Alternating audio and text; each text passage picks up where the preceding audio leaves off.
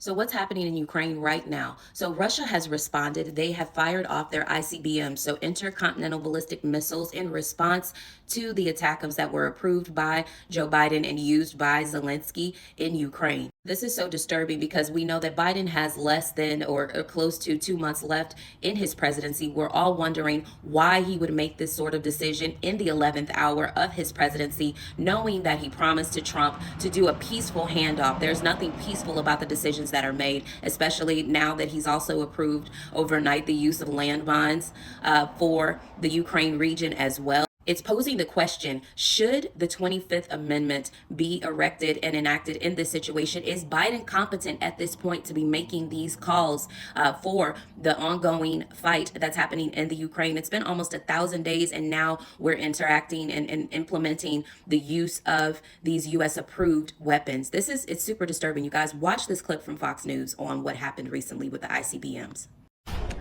There's this. Ukraine's Air Force now claiming Russia launched an intercontinental ballistic missile this morning known as the ICBM. It would be the first time that weapon has been used in this war. The Kremlin not offering a comment today. Trey Yingst is on the ground in Kyiv with all the details. Hi, Trey.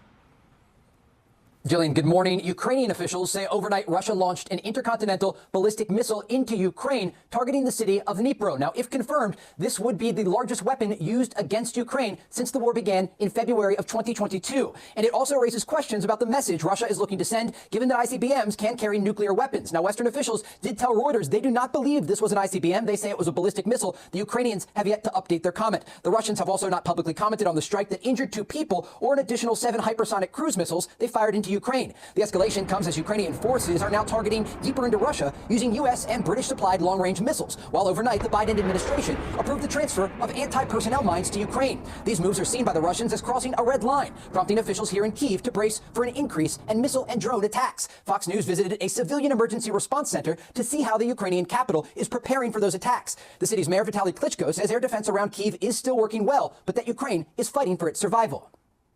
Almost 3 years later, more than 1,000 days into this conflict and invasion, how would you describe the current state?